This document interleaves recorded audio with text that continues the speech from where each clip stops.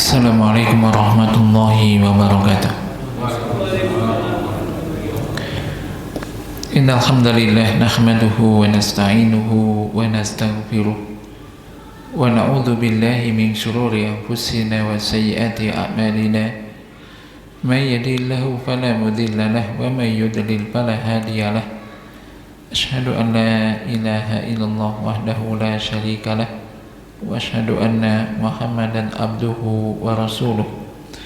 Allahumma shalli ala Muhammadin wa ala ali Muhammad kama shallaita ala Ibrahim innaka Hamidum Majid. Allahumma barik ala Muhammadin wa ala ali Muhammad kama barakta ala Ibrahim innaka Hamidum Majid.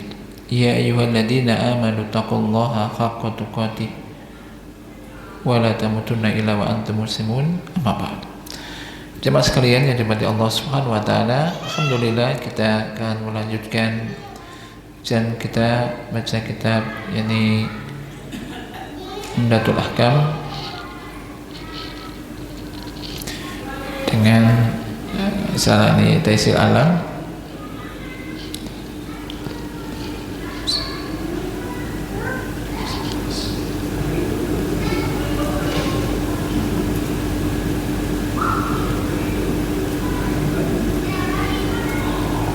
Kita sampai di hadis yang ke As-Samin wa Salasun, hadis yang ke 38.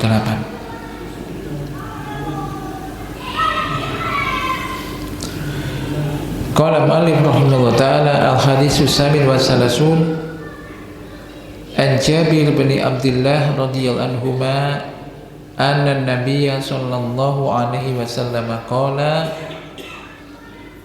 utitu khamsan lam yu'tahunna ahadun minal anbiya'i qabli nusirtu birru'bi masirata syahrin wa ju'ilat li al-ardu masjidaw wa tahura fa ayyuma rajulin min ummati adrakathu as-salatu fal yusalli wa uhillas li al-ghanaim walam takhilla li ahadin qabli wa kana an-nabiyyu yub'atsu ila qaumihi khassatan wa bu'istu ila nasi kafatan wa utitu as-syafa'ah. Rawahu Bukhari wa Muslim.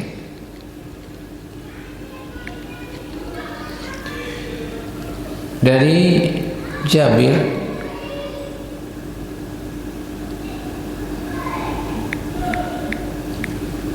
bin Abdullah radhiyallahu anhuma bahwasanya Nabi sallallahu alaihi wasallam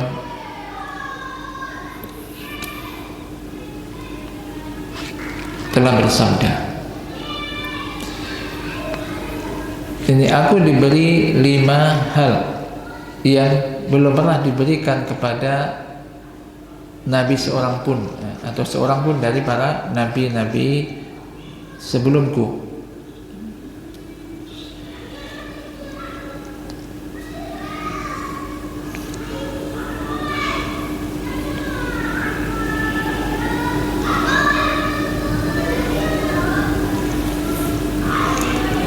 Nusirtu birru'bi masirata syahrin,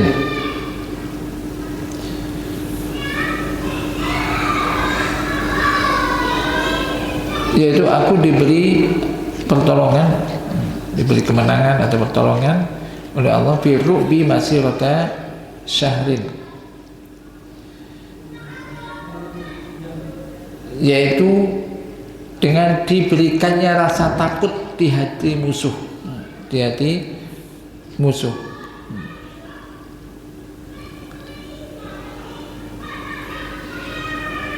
Masirata syahrin, walaupun musuh berada di dalam jarak yakni apa, masirata syahrin, sebulan perjalanan.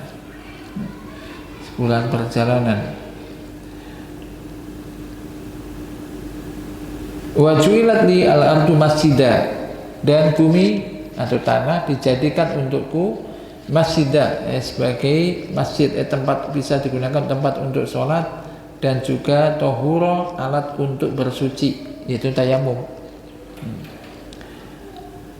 Fa ayyuma rajulin min ummati, maka siapa saja seorang dari umatku ini adrokatsu as-sholatu, telah masuk waktu sholat, dia mendapati masuk waktu sholat, maka hendaklah dia segera menunaikan sholat. Fal yusolli, maka hendaklah dia mengerjakan sholat. Tidak ada alasan, misalkan di hutan atau apa misalkan, wah nggak ada masjid, kemudian mencari masjid tapi nggak sholat, mencari masjid dulu, kan tidak ada alasan. Kalau seandainya ada tanah lapang, hutan atau apa, memang nggak ada masjid di situ, waktu sholat masuk sholat aja di situ.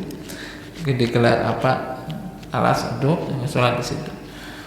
Demikian juga kalau misalkan nggak ada air untuk wudhu, ya udah ada terpaksa pakai tanah tayamum, tapi tetap sholat. Wa ukhilat lil ghanaim, dan dihalalkan bagiku ghanimah. Dan ghanimah itu tidak dihalalkan bagi seorang pun sebelumku. Dan adalah Nabi SAW yub'asu ila qaumihi khassatan.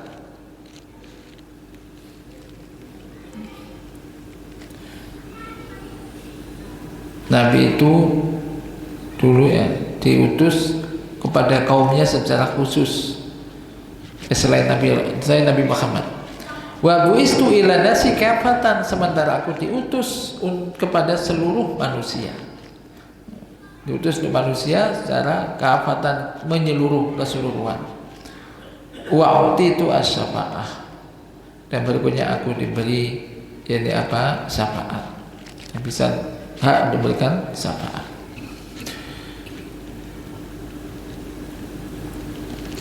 Makna global dari hadis ini? Hadis ini berbicara tentang masalah khosois, keistimewaan Nabi Sallallahu Alaihi Wasallam dan juga umatnya.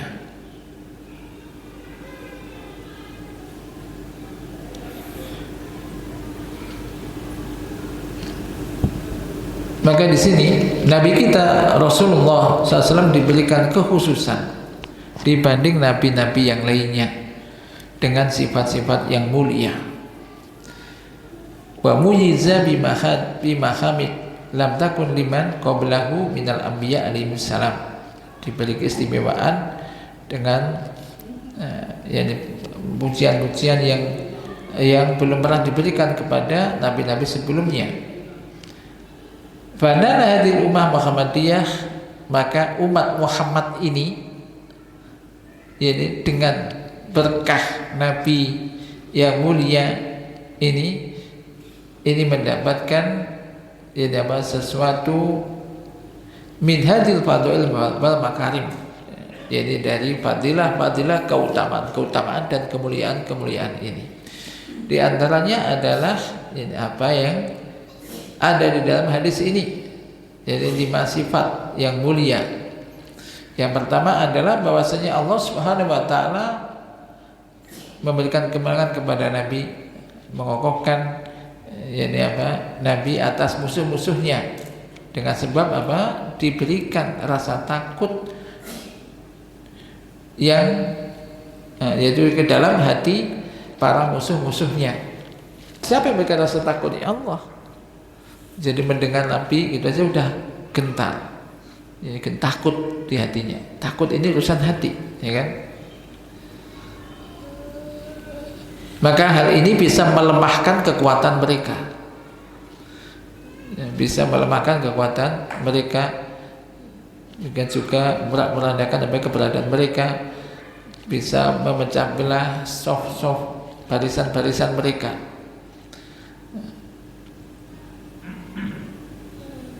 Jadi mereka yang banyak bisa menjadi mengecilkan mereka. Walau kana Nabi sallallahu alaihi wasallam ala masiri syahrin minhum, walaupun Nabi sallallahu alaihi wasallam masih berada di dalam jarak 1 bulan perjalanan dari mereka.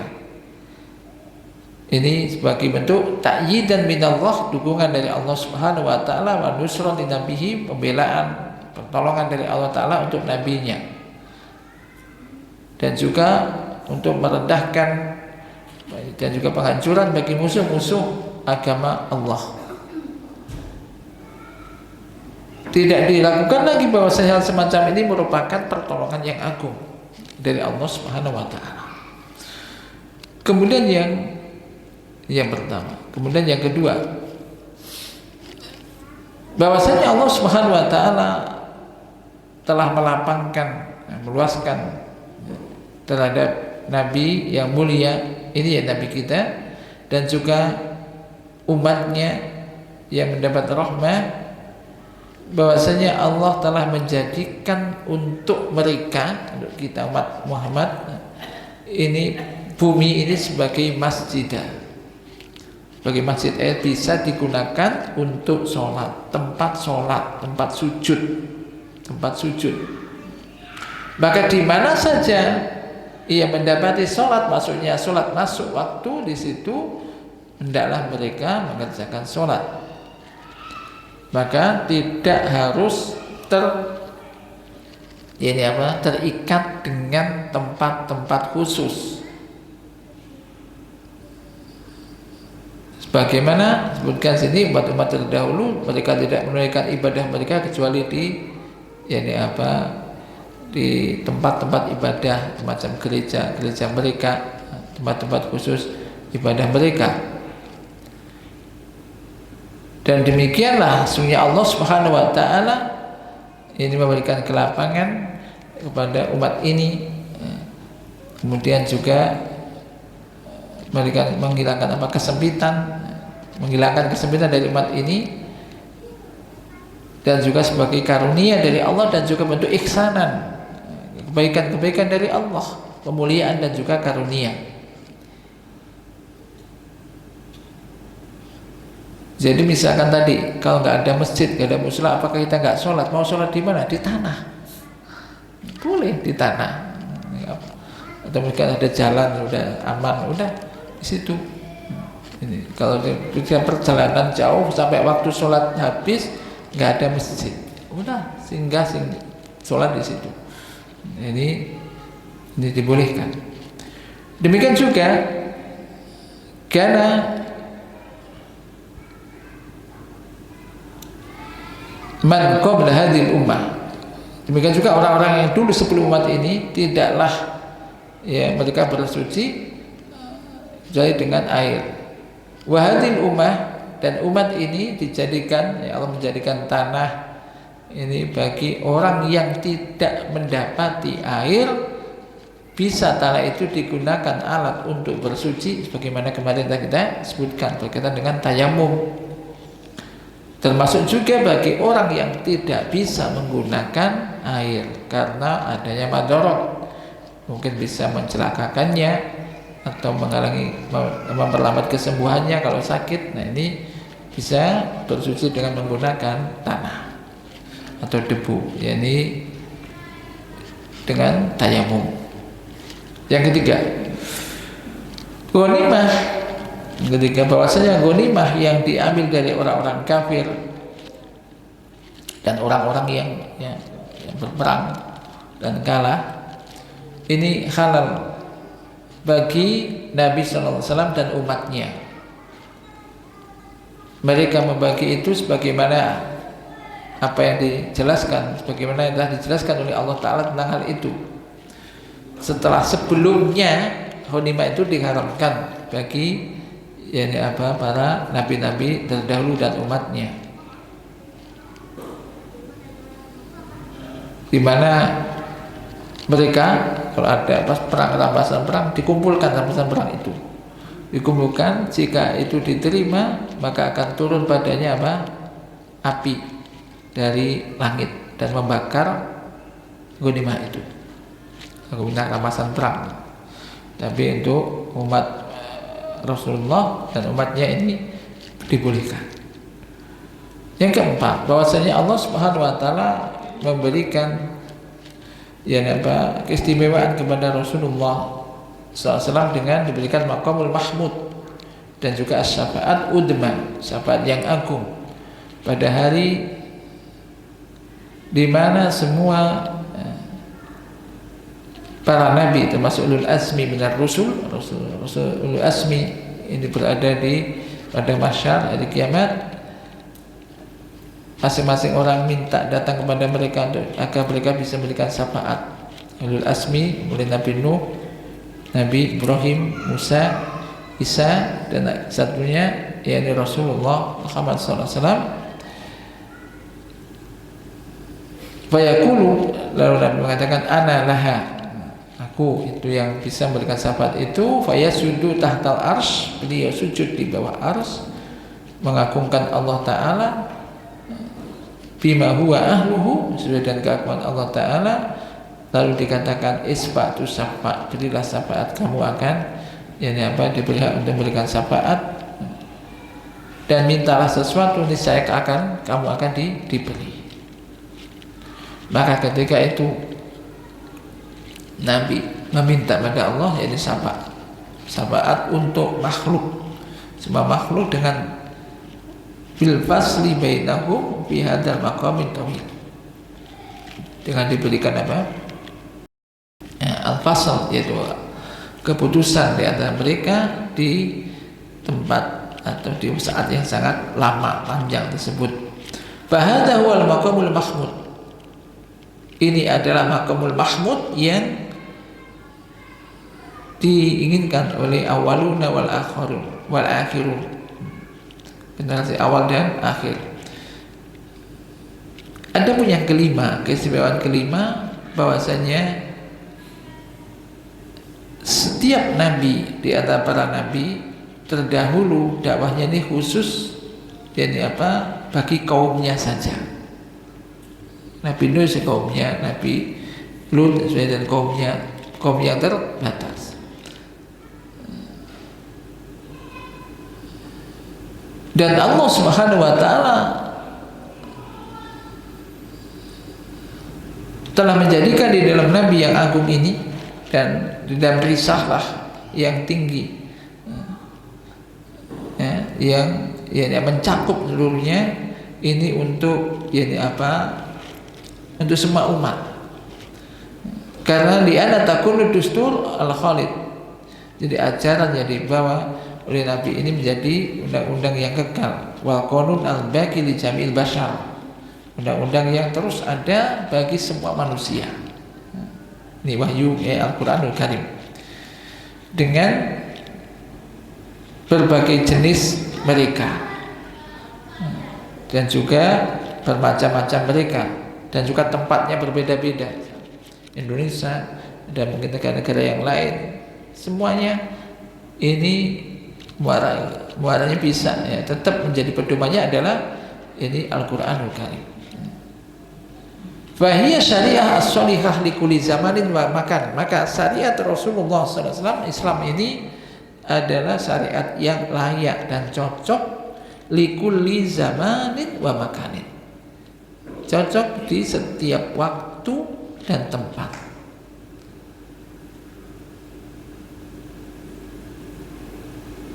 Maka ketika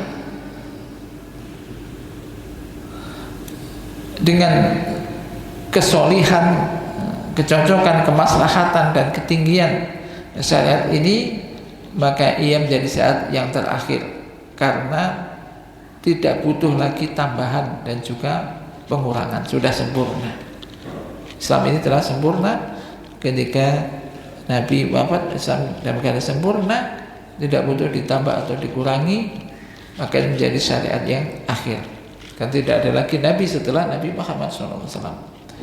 Maka suatu kenikmatan dan karunia. Maka suatu kenikmatan yang agung ketika seorang hamba itu bisa memahami masalah agamanya, agama, sampai menjadi seorang muslim beragama Islam, kemudian bisa mengamalkan ajarannya, bisa memahaminya. Ini suatu kenikmatan yang sangat besar, kenikmatan yang sangat besar.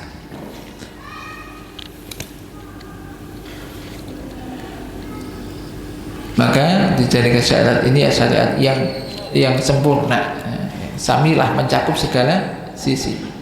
Situ ada unsur-unsur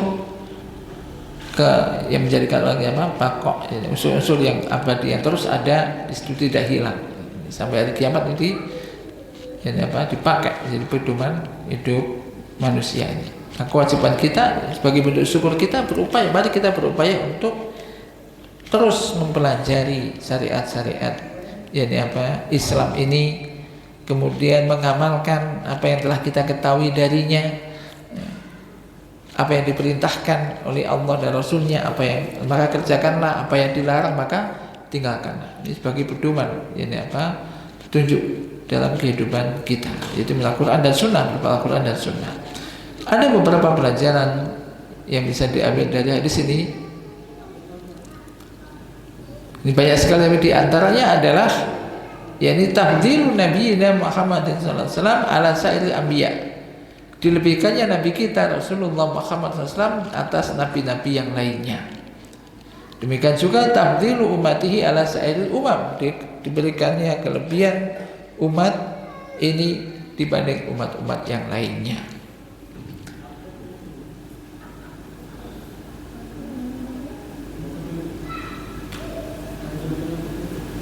Kemudian menghitung-hitung nikmat Allah Subhanahu wa taala atas hamba.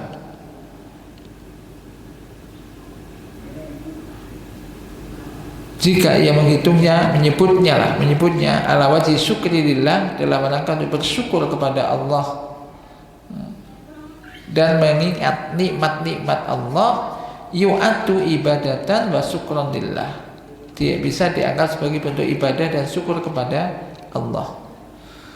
Ya, pada hakikatnya memang nikmat Allah ini tidak bisa dihitung karena saking banyaknya, banyak sekali. Nikmat Allah wa in ta'udu nikmat Allah la tusuha. Jika kamu menghitung nikmat Allah, kamu gak akan bisa menghitungnya. Tapi menyebutkan nikmat-nikmat yang diberikan oleh Allah kepada kita, kepada hamba ini, ya, dalam rangka bersyukur kepada Allah, maka ini bisa dianggap sebagai bentuk ibadah dan bentuk syukur kepada Allah Ta'ala. Karena dengan mengingat itu, orang itu akan bersyukur, ya, kenikmatan sangat besar, sangat besar. Dengan mengingat itu akhirnya kita merasa masih banyak, ya, kita ini banyak kekurangan, banyak ketedoran, banyak kurang syukurnya, semacam itu. Maka ini Allah telah memberikan kita ini, berikan ini, kita sebut semua. Untuk menunjukkan ini semua karunia Allah. Untuk bersyukur dan menyebut semacam itu, kita bisa masuk dalam ibadah kepada Allah Ta'ala. Orang itu memang agar supaya orang itu merasa kalau dia itu mendapat nikmat yang besar, itu caranya apa? Melihat orang yang di bawah kita. Supaya kita bisa bersyukur itu, kita harus melihat orang di bawah kita. Jadi nikmat Allah yang diberikan Allah itu ternyata besar sekali. Besar sekali. Contohnya ada seorang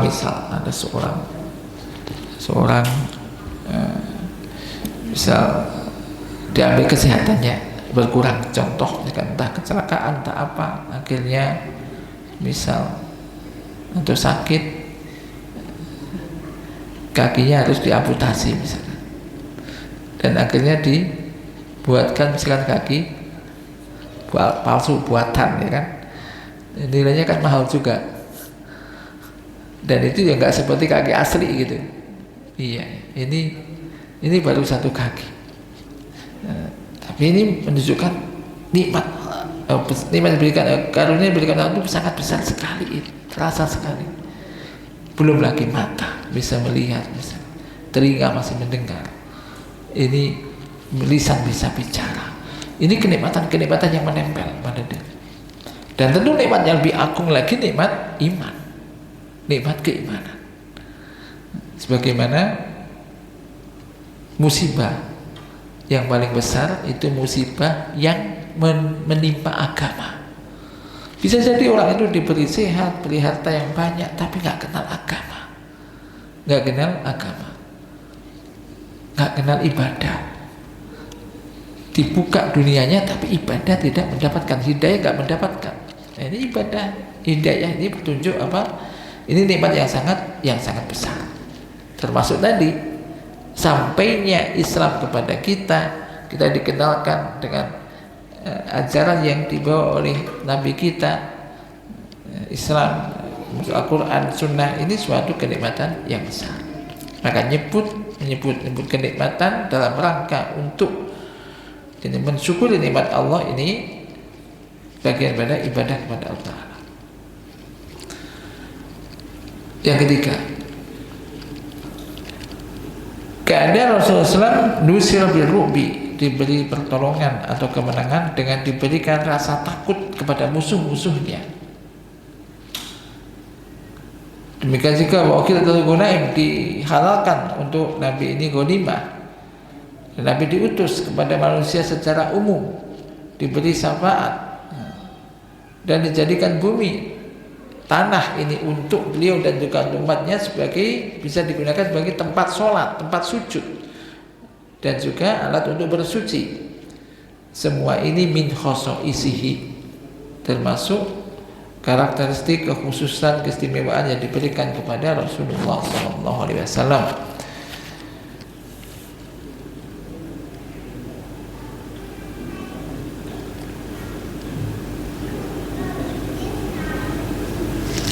Waqad uddat khosoisuhu, ada yang menghitung kekhususan-kekhususan yang diberikan kepada Nabi. Bahkan sab'a asrota khosatan, ada yang menyebutkan 17 sifat. Dan menurut As-Sunani ada 21. Dan dalam siapa yang mengikuti, memperhatikan jami'ah ini, shagir wal kabir, yaitu yang kecil maupun yang besar, wajatan ziyadatan ala hadzal adat, akan mendapati lebih dari itu. Ini menunjukkan banyak sekali keistimewaan yang diberikan oleh Ta'ala kepada Rasulullah SAW. Kemudian yang keempat, an-nasihata sholati la tahtassu bi buqatin duna ukhra. Nah, ini penting juga, bahwasanya sahnya sholat itu tidak terkhusus pada suatu tempat tertentu, bukan yang lainnya. Misal, aku sholat itu harus di masjid itu, kalau aku nggak sholat di masjid itu nggak sah sholatku, misalkan. Jadi pokoknya nggak di masjid itu mendingan nggak sholat. Nah, ini salah. Ini sahnya sholat bukan tergantung, tidak terkhusus pada suatu tempat tertentu, bukan tempat yang lain, tapi tidak terikat atau terkhusus pada suatu tempat, di mana saja bisa. Yang jelas di sini juga maksudnya ya terkait dengan masjid ya. Kalau memang ada masjid, ya bisa tunaikan sholat jamaah di masjid. Tunaikan sholat jamaah di masjid. Kalau nggak ada masjid semacam tadi, mungkin dari kita ada yang pernah sholat di hutan gitu, ya bisa lah, bisa jadi kan. Waktu masuk waktu sholat ini kita di tengah hutan, beberapa orang misalkan, udah sholat situ, sholat di situ. Kemudian yang kelima, anal asla fil ardi at-thaharah lis-sholati wa tayammum. Hukum asalnya di bumi atau di tanah ini adalah suci, bisa untuk sholat, tempat sholat, dan juga untuk tayammum.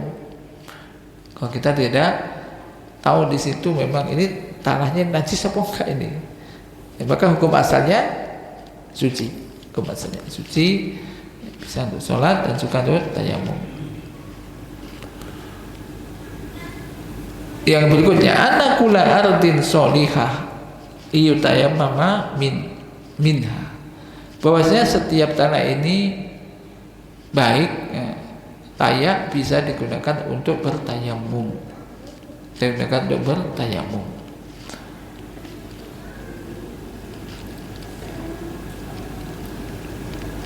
Yang ketujuh, sa'atu hadis syariah wa atumatiha, luasnya syariat ini dan agungnya syariat ini. Oleh karena itu syariat ini dijadikan untuk mengatur alam seluruhnya, baik terkait dengan ibadah mereka, ada ibadahnya, muamalahnya, dengan berbagai macam mungkin negeri atau negaranya, dan tempat yang saling berjauhan, tapi semuanya sama. Sholat contohnya, sudah sholat, ada sholat jamaah, ada imam satu, kemudian yang lainnya berjamaah di belakangnya. Bayangkan ketika pas haji atau umroh gitu, kadang orang berbeda-beda, entah dari mana, kadang nggak kenal, udah ikut berjamaah. Nah, ini kan sama saja. Yang pokoknya ya, kita bicara pokoknya sama. Oh, sholat ada imam dan berjamaah semacam itu. Kemudian juga ibadah-ibadah yang lainnya ini sama. Ini menunjukkan apa? Luasnya ini. Haji terasa sekali satu dunia, ya kan? Semacam itu sama. Ini menunjukkan apa? Luasnya syariat Islam ini.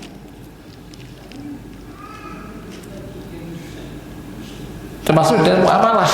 Pokoknya Islam ya sama, dia ini dilarang. Dan muamalah, contohnya muamalah, orang kerja, muamalah nggak boleh mengurangi timbangan, mengurangi takaran, nggak boleh dusta, nggak boleh gis itu curang dan semisal ini di mana-mana. Pokoknya Islam ya, tetap dilarang. Bukan berarti ini nggak boleh, tapi di sini boleh. Kembali kepada syariat, di mana misalkan di sini dalam Islam dilarang, menurut syariat di mana saja pun tetap dilarang. Ini menunjukkan apa? Luasnya syariat ini. Kemudian yang berikutnya, sabda Nabi, ayyuma rajulin, laki-laki manapun, ini yang dimaksud adalah jenis orang laki-laki. Termasuk juga masuk di situ apa? Wanita juga. Karena wanita sako ikut rijal. Masuk di situ juga wanita, berlaku juga untuk wanita.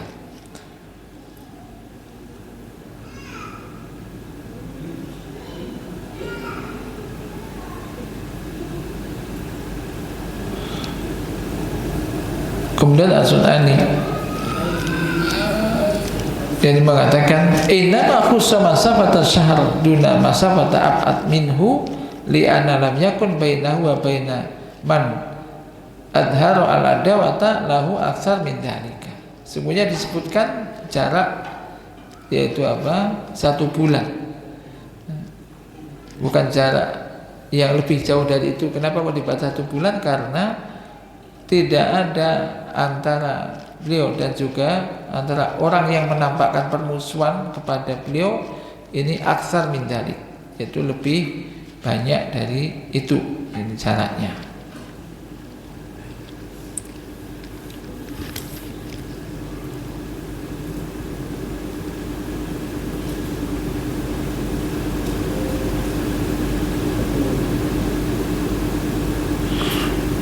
Nah, jadi kita mengetahui tadi, berarti boleh nggak kita menyebut-nyebut nikmat Allah? Berarti boleh nggak? Tinggal lihat tujuannya. Kalau tujuannya untuk kesombongan, maka tidak boleh untuk menyombongkan diri. Tapi kalau tujuannya untuk tahaddus bin nikmah, wa amma bi nikmati rabbika fahaddits, wa amma bi nikmati rabbika, adapun terhadap nikmat Tuhanmu maka sebut-sebut. Makanya boleh.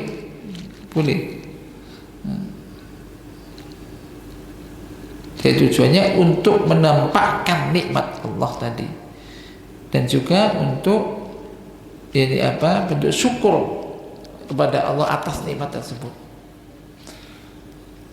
Kadang kita merenungkan, oh iya, saya itu bisa begini, dapat begini, ini membuat apa? Rasa syukur. Hatta orang-orang yang misalkan tadi, orang yang kadang-kadang ada sakit, tapi mengingat masih banyak yang sehat. Anggota tubuh satu sakit, tapi banyak anggota tubuh yang lain masih diberi kesehatan. Bukan nggak semuanya lumpuh total misalkan. Nah, ini menjadi apa? Masih ternyata banyak masih kenikmatan diberikan oleh Allah Taala kepada kita ini, menimbulkan rasa syukur.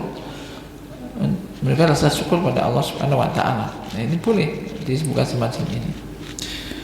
Dan jangan sebaliknya mengecilkan nikmat. Aku hanya dapat ini aja, hanya dapat sekian, hanya ini. Berapa pendapat hanya sekian, hanya Karena yang dilihat atasnya, ya dilihat orang atas. Kalau kita kelongok ke atas, melongok ke atas, ini nggak bisa syukur.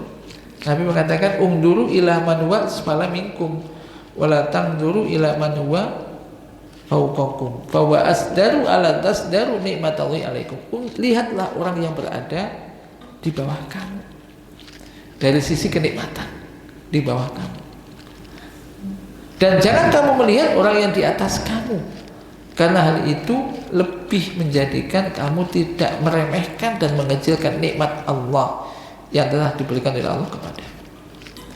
Ya apa saja dalam urusan apa, kalau itu dunia apa akhir, dunia apa agama, melihatnya nih, ayo untuk melihat orang di bawah ini dilihat. Kalau tujuannya untuk mensyukuri nikmat, ya enggak hanya di dunia. Misal Anda bisa baca Quran, baru bisa baca, belum bisa baca kitab atau artinya bisa baca. Itu orang itu yang lain itu masih ikro, nggak bisa. Alhamdulillah ya Allah, aku bisa. Bayangkan, ini tujuannya bukan untuk menghentikan belajar, tujuannya bukan untuk menghentikan belajar, tapi untuk mensyukuri nikmat tadi. Ya kan? Itu nikmat. Ya alhamdulillah, aku sudah bisa baca Quran, walaupun itu masih orang itu masih belum bisa. Alhamdulillah. Nah ini masih mensyukuri. Tapi bukan berarti berhenti. Menurut aku sesok ini udah berhentilah gitu. Enggak. Untuk mensyukuri, konteksnya untuk mensyukuri. Untuk mensyukuri tetap. Nah, di dalam dunia juga sama. Nah, tapi untuk memacu motivasi untuk tetap belajar tentang masalah agama, ya lihat. Bisa juga untuk memacu ya di atas kita. Oh ya, dia itu usianya aja lebih tua daripada saya, masih semangat belajar. Aku masih udah semangat belajar. Nah gitu. Nah ini konteksnya supaya tadi menyebut-nyebut untuk melihat supaya bisa mensyukuri nikmat itu, bisa melihat kita diberikan untuk di bawah kita, terutama masalah dunia, terutama karena orang ini kadang-kadang yang dibuat itu dunia. Berapa gajimu? Alhamdulillah cukup. Alhamdulillah cukup. Jangan juga ngomong begini, hanya itu nggak syukur. Aku hanya segini, ya dapat alhamdulillah. Jadi supaya apa? Jangan mengecilkan yang penting. Khawatir kalau kita diberi Allah kemudian kita mengecilkan, nggak bersyukur, tambah diambil. Karena Allah mengatakan la in syakartum la azidannakum wa la in kafartum inna azabi lasyadid. Jika kamu itu bersyukur, la azidannakum, pasti aku akan tambah nikmatku. La in syakartum la azidannakum. Namun wa la in kafartum, jika kamu kufur, nggak bersyukur, inna azabi lasyadid. Sesungguhnya azab itu sangat keras. Bisa diambil atau tambah juga istidroj, bisa jadi semakin jauh dari agama. Nah ini ancaman jangan sampai orang tidak bersyukur. Demikian juga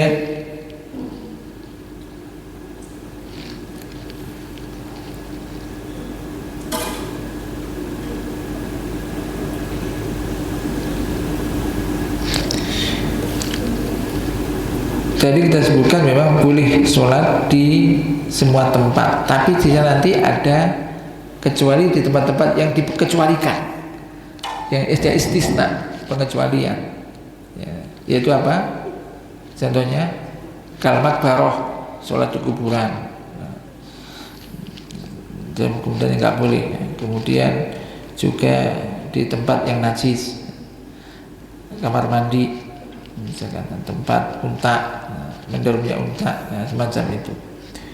Ini yang tidak boleh. Tapi secara umum selain itu maka dibolehkan.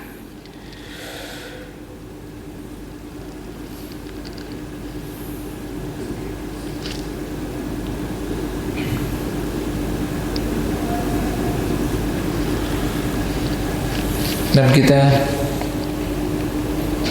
Jam berapa Pak? Isa?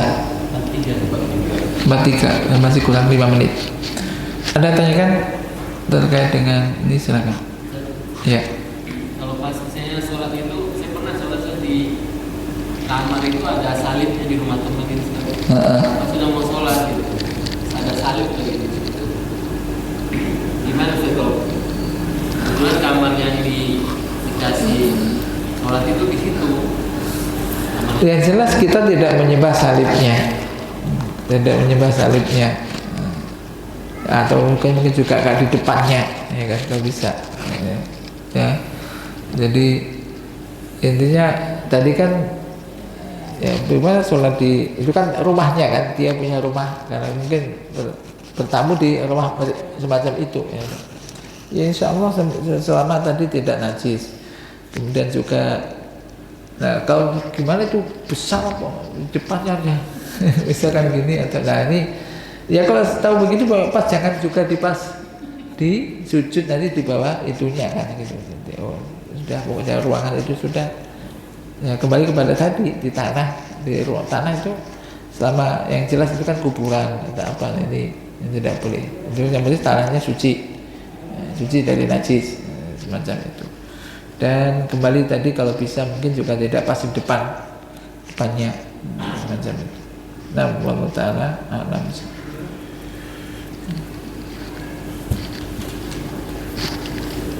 Ada lagi?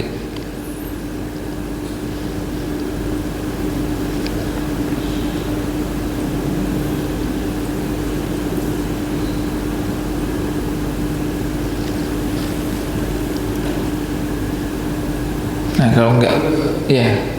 Mensyukuri nikmat yang tidak cukup itu gimana? Mensyukuri nikmat yang tidak cukup atau yang cukup? Tidak cukup, Ustaz. Tidak cukup. Dari mana kita tahu nikmat itu nggak cukup? Kebutuhan kita sekian, Ustaz, dalam 1 bulan. Oke. 2 juta. Pendapatan kita cuma 1 juta. 1 juta. Kita harus mensyukuri juga. Pendidikan kita juga gelisah dengan kekurangannya itu. Maka ya tetap mensyukuri. Dari alhamdulillah masih punya 1 juta.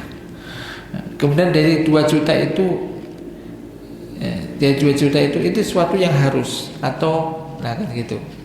Yang penting jadi dia dari kebutuhan pokoknya dulu. Kebutuhan pokok, karena ada kebutuhan, ada keinginan.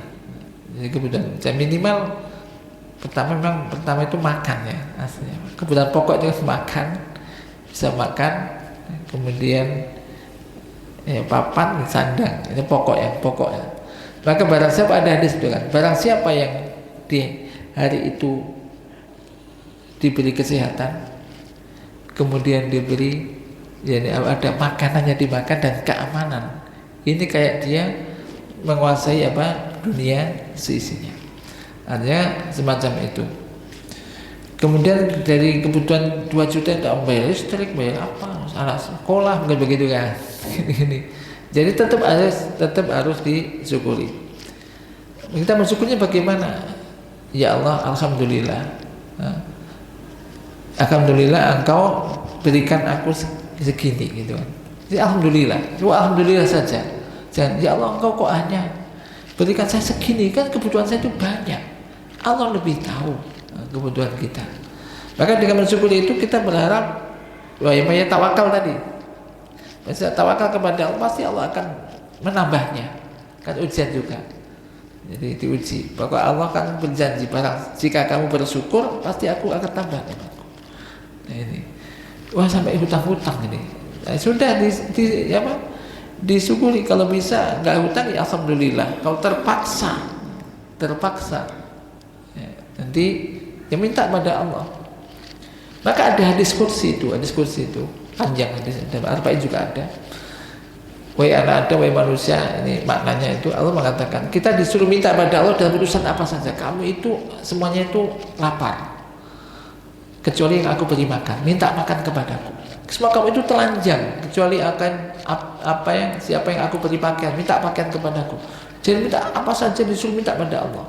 Tidak masalah yang kecil-kecil, besar makan, pakaian apa, minta pada Allah. Maka pasti Allah akan beri. Jadi ini dan berusaha semacam itu. Kita itu Allah maha kaya kok. Kemudian kita lemparkan lagi, Allah yang menciptakan kita, insya Allah akan membiarkan kita. Ya udah kita pasrah. Tapi pasrahnya kita tetap usaha.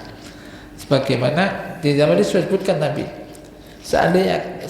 jikalau kamu bertawakal kayak tawakalnya burung itu pergi dari sarangnya di pagi hari dalam keadaan perut kosong, dia pergi terbang kemana burung? Ya kemana? Ya nggak tahu kan, burung bukan terbang itu aja. Seandainya kamu tawakal kayak tawakalnya burung, yang burung itu pergi di waktu pagi dan perut kosong, wataruhu bitonan, pulang di sore hari perut sudah kenyang.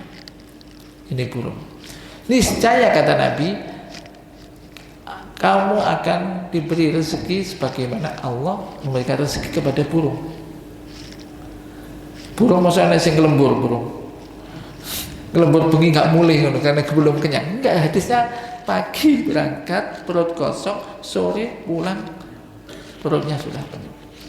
Artinya ini jangan mengatakan itu kan burung kebutuhannya hanya itu, jangan, tapi itu tawakalnya, usahanya. Dia tetap usaha keluar pagi itu, nggak diem aja di sarangnya, dia keluar kemudian pulang. Allah akan memenuhi itu. Niscaya Allah akan memberikan rezeki padamu semacam itu.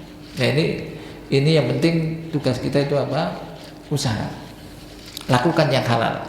Terkait dengan rezeki juga, saya tambahkan lagi, Nabi juga bersabda, manusia tidak akan meninggal kecuali telah disempurnakan rezekinya.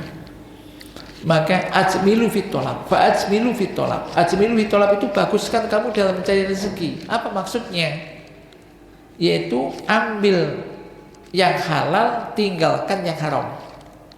Udah, kamu jangan melampaui batas. Ambil yang halal, ambil yang haram, jangan, tinggalkan. Karena sudah ditulis rezekinya itu.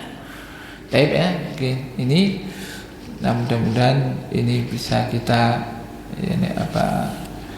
kita ambil faedah, dan juga kita jangan terlalu jauh berpikir. Untuk besok ada, sekarang bisa apa yang ada dinikmati, besok jadi lagi, misalkan semacam itu. Nanti jangka bulan depan, tahun depan gimana, nggak usah terlalu dipikir. Anak saya nanti bagaimana, sudah ada rezekinya, ada jatah, supaya nggak terlalu pusing kita. Jadi semacam itu. Naktabi bihadza, subhanakallahumma wa bihamdika, asyhadu an la ilaha illa anta, astaghfiruka wa atubu ilaik. Assalamualaikum warahmatullahi wabarakatuh.